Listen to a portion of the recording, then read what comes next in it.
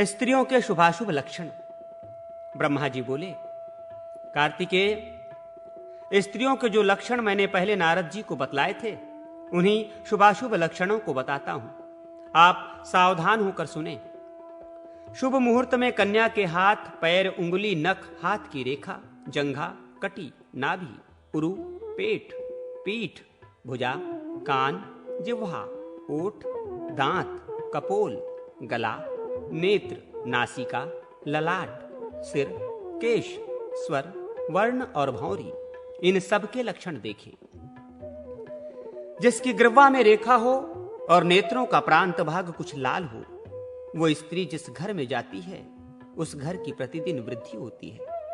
जिसके ललाट में त्रिशूल का चिन्ह होता है, वो कई हजार दासियों की स्वामिनी होती है। जिस स्त्री की राजहंस के समान गति, मृग के समान नेत्र, मृग के समान ही शरीर का वर्ण, दांत बराबर और श्वेत होते हैं, वो उत्तम स्त्री होती है। मेंढक के समान कुक्षी वाली एक ही पुत्र उत्पन्न करती है और वो पुत्र राजा होता है। हंस के समान मृदु वचन बोलने वाली, शहद के समान पिंगल वर्ण वाली स्त्री धन धान्य से संपन्न होती है। उसे 8 पुत्र होते हैं। जिस स्त्री के लंबे कान, सुंदर नाक और भव्य धनुष के समान तिहड़ी होती है, वो अतिशय सुख का भोग करती है। तन्वी, श्यामवर्णा, मधुर भाषिणी, शंख के समान अतिशय स्वच्छ दांतों वाली, स्तिग्न, अंगों से समन्वित स्त्री अतिशय ऐश्वर्य को प्राप्त करती है। विस्तीर्ण जंघाओं वाली, वेदी के समान मध्य भाग वाली, विशाल नेत्रों वाली स्त्री रानी होती है। जिस स्त्री के वाम स्तन पर, हाथ में, कान के ऊपर या गले पर तिल अथवा मसा होता है, उस स्त्री को प्रथम पुत्र प्राप्त होता है।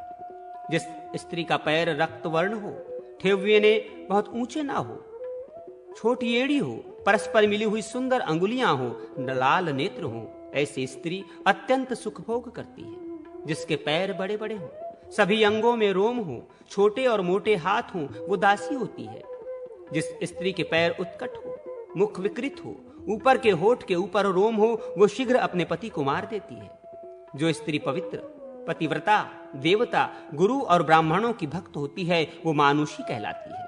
नित्य स्नान करने वाली, सुगंधित द्रव्य लगाने वाली, मधुर वचन बोलने वाली, थोड़ा खाने वाली, कम सोने वाली और सदा पवित्र रहने वाली स्त्री देवता होती है। गुप्त रूप से पाप करने वाली, अपने पाप को छिपाने वाली, अपने हृदय के अभिप्राय को किसी के आगे प्रकट न करने वाली स्त्री मार्जारी संज्ञक होती है। कभी हंसने वाली, कभी क्रीड़ा करने वाली, कभी क्रोध करने वाली, कभी प्रसन्न रहने वाली तथा पुरुषों के मध्य रहने वाली स्त्री गर्दभी श्रेणी की होती है। पति और बांधवों के द्वारा कहे गए हितकारी वचन को न मानने वाली, अपनी इच्छा के अनुसार विहार करने वाली स्त्री आसुरी कही जाती है।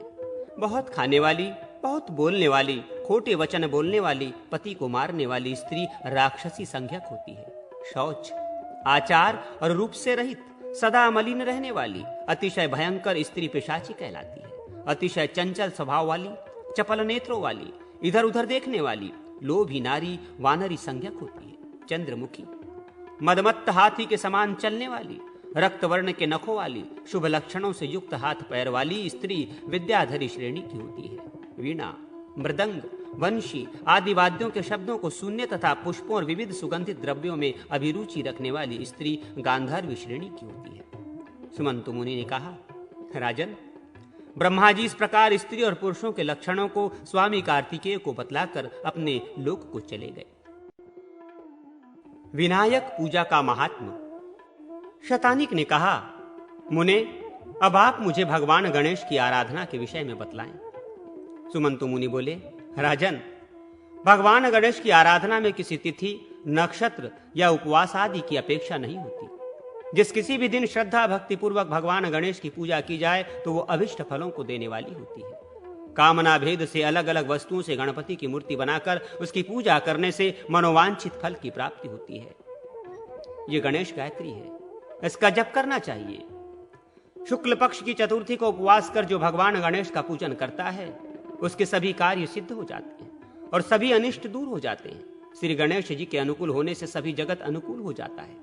जिस पर एकदंत भगवान गणपति संतुष्ट होते हैं, उस पर देवता, पितर, मनुष्य आदि सभी प्रसन्न रहते हैं। इसलिए संपूर्ण विघ्नों को निवृत्त करने के लिए श्रद्धा भक्ति पूर्वक गणेश जी की आराधना करनी चाहिए।